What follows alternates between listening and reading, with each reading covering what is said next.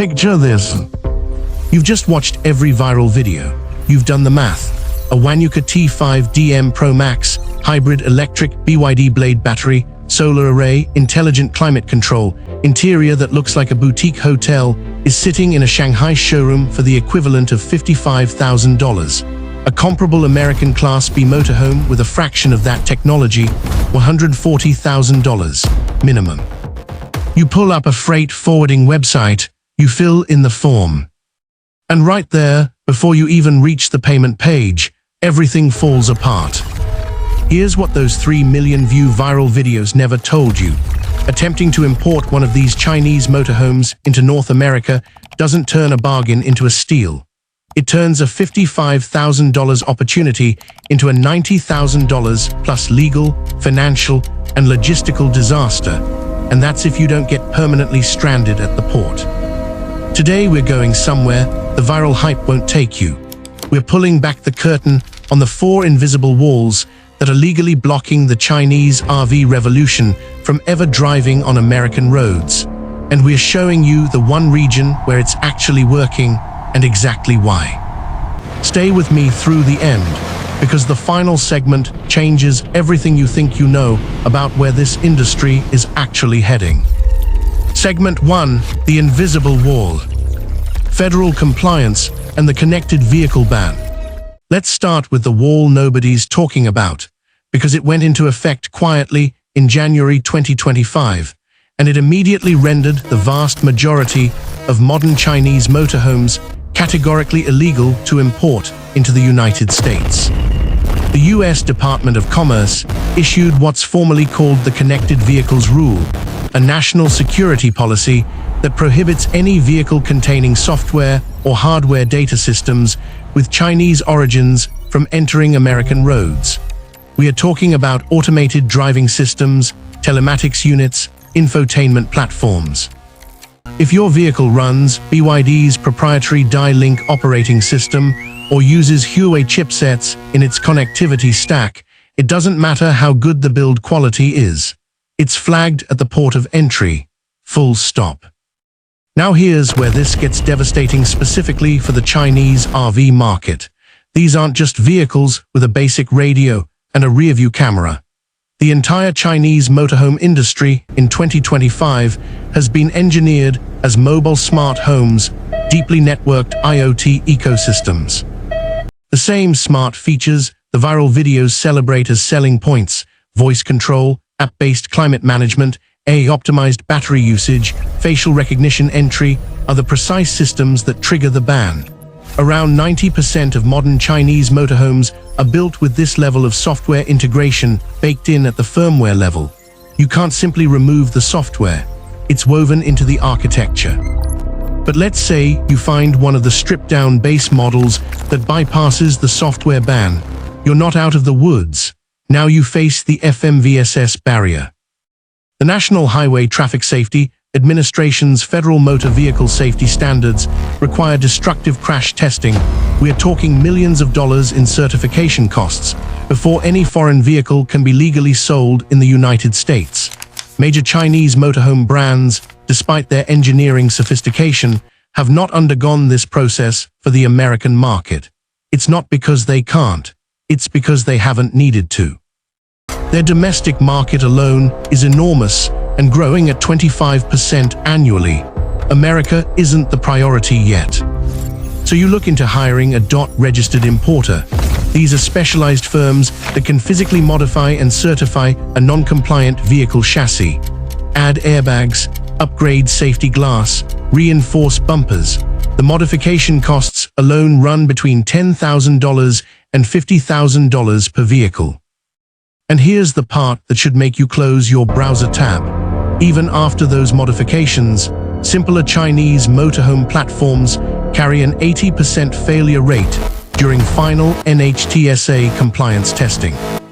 Some people reading about this online point to the so-called 25-year exemption, a loophole that lets you import a vehicle that's at least 25 years old without full FMVSS compliance. But think about what that means for a 2024 hybrid electric motorhome with a multi-battery management system. You'd be waiting until 2049. By then, The technology in it will be so obsolete it won't matter anyway. The first wall isn't just high. For most Chinese motorhomes, it's absolute. Segment 2, the landed cost waterfall. Tariffs and the death of the de minimis loophole. Let's assume, purely hypothetically, you find a stripped-down Chinese motorhome base unit that somehow sidesteps the connected vehicle ban. You've cleared the software hurdle. You're feeling optimistic. Then your freight broker sends you the landed cost breakdown, and optimism disappears entirely. Start with a base vehicle price of $20,000. That's a modest, entry-level build, the kind of practical, accessible unit, the Vera. The viral videos used to prove China is democratizing the RV market. First, apply the Section 301 tariff regime. That's a 100% baseline tariff. Then layer on the standard 2.5% US automotive import duty. Then factor in the escalations that came through 2025 and 2026 trade policy. Cumulative tariffs on Chinese automotive imports have reached 247.5%. Read that number again. 247.5%. Your $20,000 vehicle now costs over $69,000 before it's cleared the port, before freight, before compliance modification, before registration. The production cost advantage that makes Chinese motorhomes revolutionary in their domestic market, completely mathematically erased. But it gets worse for the grey market angle. Some buyers try to work around, import the vehicle partially, source replacement components separately to get under customs thresholds, assemble stateside. The US government closed that door on May 2, 2025, when it officially ended duty-free de minimis treatment for Chinese goods valued under $800. The loophole that allowed billions in low-cost component imports is gone. For anyone who already owned a grey market Chinese camper and was quietly sourcing parts through that channel, hydraulic leveling components, electrical inverters, conversion modules, those parts now arrive with their own substantial tariff burden attached. The repair pipeline for an already imported unit just became economically unworkable. And there's a third layer to this tariff story that rarely gets discussed: retaliation chaos. The March 2025 executive order imposing a flat 25% tariff on all imported automobiles triggered retaliatory measures from trading partners, including Canada's targeted 25% tariffs on refrigeration and freezing equipment. That specific category matters because it directly hits the cold storage and food preservation systems widely used in motorhome builds. American RV manufacturers, the ones supposedly being disrupted, are now paying more for domestic build components too. The entire supply chain is destabilized simultaneously from multiple directions. The landed cost waterfall doesn't just make Chinese motorhome imports expensive, it makes them irrational. Segment 3, the tech risk. Software bricking, startup collapse, and winter battery disasters. Here's the segment the enthusiast forums really don't want to hear, because it goes after the technology itself, the very thing that makes Chinese motorhomes so compelling. Let's talk about what happens when the company that built your smart home on wheels goes bankrupt. In the Chinese electric vehicle market, rapid growth and rapid consolidation are happening simultaneously. Brands are emerging, merging, and dissolving at a pace Western automotive markets have never experienced. WM Motor, once one of China's most visible EV startups, collapsed and took its entire cloud infrastructure with it. What does that mean for an owner? It means the companion app goes dark. It means the remote climate control system stops responding. It means, in some configurations, the digital entry system locks. The digital dashboard, the battery telemetry, the over-the-air update pathway frozen, not temporarily, permanently. This is the server dependency trap. When a Chinese motorhome manufacturer integrates deep cloud connectivity as a core system feature, not an accessory, but infrastructure, the vehicle's long-term functionality becomes contingent on that company's continued solvency. In a domestic market with government backing and established warranty networks, this risk is manageable. In a grey market import scenario, with no official support structure and a manufacturer operating thousands of miles away. It's a catastrophic single point of failure. Some manufacturers have made this worse through deliberate design choices. Digital parts serialization, where replacement components must be authenticated against the original vehicle's firmware, means that if you source a non-OEM inverter or battery management unit to repair your imported camper, the system may actively reject it. Xiaomi has implemented versions of this approach. The vehicle becomes a closed ecosystem, and if you're outside the authorized service network, you're outside the vehicle's willingness to function. Now let's talk about the battery chemistry issue, because this is genuinely underreported. Lithium iron phosphate, LFP, is the dominant chemistry in Chinese electric motorhomes, and for good reason. It's thermally stable, has an exceptional cycle life, and doesn't carry the same fire risk profile as higher energy density alternatives. The viral videos correctly praise it, but there's a specific failure mode that matters enormously in North American climates. Charging an LFP cell at temperatures below freezing, below 32 degrees Fahrenheit, without active thermal preconditioning causes permanent, irreversible lithium metal plating on the anode. This isn't a temporary performance dip. The plating degrades capacity permanently, encourages dendrite growth inside the cell, and in sustained cases leads to internal short circuits. The battery doesn't recover. It fails progressively and then catastrophically. Premium Chinese motorhome platforms, the $55,000 and up builds getting viral coverage, include sophisticated battery management systems with automatic low-temperature charge cutoffs and active thermal preconditioning. Those systems work. The problem is the lower-cost tier, the $12,000 to $30,000 basic camper conversions that are equally celebrated as proof of China's democratization of the RV space. Many of these budget builds use non-thermal managed BMS units that have no automatic cold temperature protection. In a Canadian winter, in a Minnesota January, in any climate north of roughly the 35th parallel, these units are operating under conditions their core battery architecture wasn't designed to survive. The technology is impressive, the implementation range is enormous, and buyers outside of China have no reliable mechanism to distinguish which tier they're actually getting. Segment 4, the grid mismatch. Adapter bottlenecks and the charging infrastructure trap. There's one more wall, and it's physical. Chinese domestic market vehicles use the GBT charging standard, both for AC and DC, designed for a 220 to 250 volt single-phase grid. North America runs on a fundamentally different infrastructure. CCS1 for DC fast charging, NACS at Tesla's expanding network, and J1772 for Level 2 AC.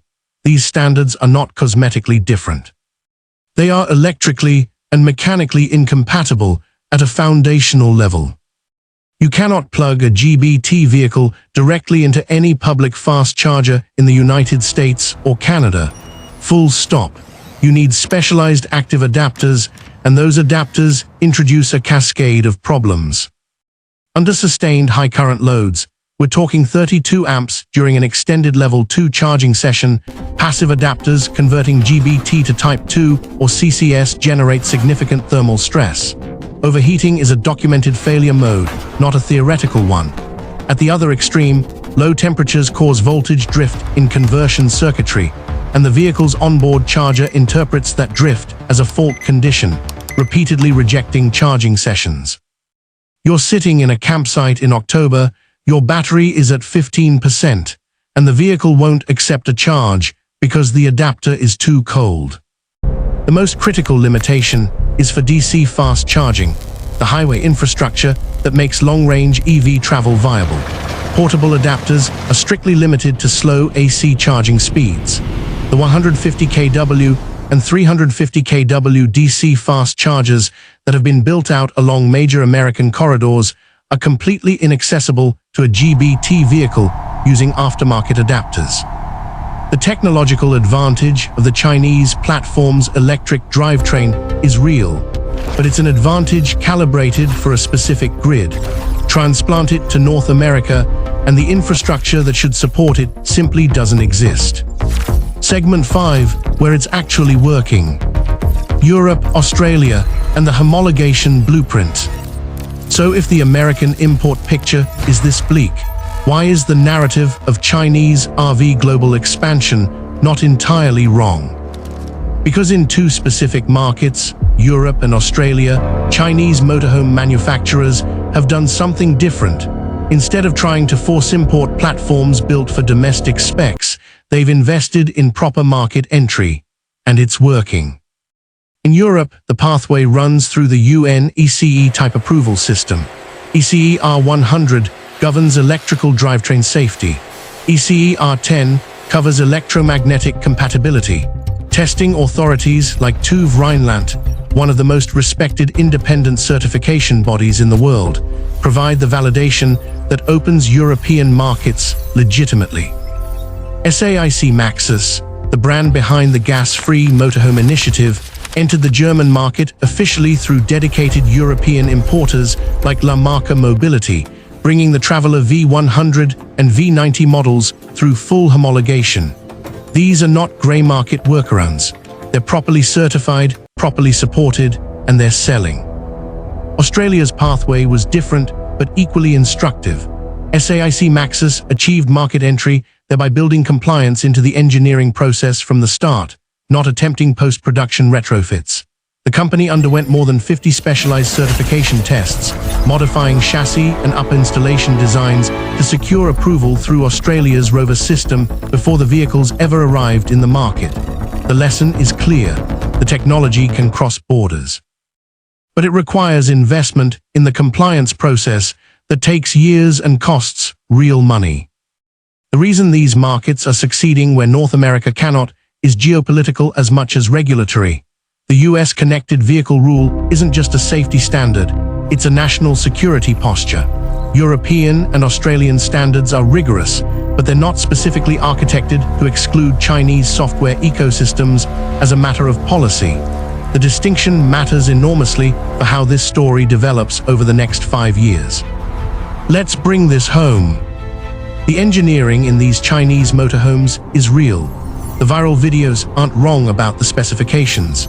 A $55,000 off-road capable hybrid motorhome with automotive-grade technology and intelligent energy management is a genuine technological achievement. The disruption that competitors are celebrating is based on something that actually exists. But the disruption is happening in China and in carefully managed market entries in Europe and Australia. It is not happening in North America, and the barriers aren't bureaucratic oversights that will quietly disappear. They are deliberate, legally encoded walls built from national security policy, tariff structures, physical infrastructure incompatibility, and the inherent risks of importing a cloud-dependent smart vehicle outside its support ecosystem. The question isn't whether Chinese motorhome technology is impressive. It is. The question is whether you want to spend $90,000 finding out what a $55,000 vehicle costs when the system it was built for doesn't exist where you live. Western RV manufacturers are not panicking because Chinese motorhomes are flooding American dealerships. They're watching because they know what the technology gap means for when the geopolitical climate eventually shifts. And they're aware they've spent 50 years coasting on a supply chain designed for maximum margin, not maximum value. Can they close the gap before trade protections ease and the compliance pathways open? Drop your take in the comments. This is genuinely one of the most consequential industrial questions of the decade, and the next 36 months will tell us a lot.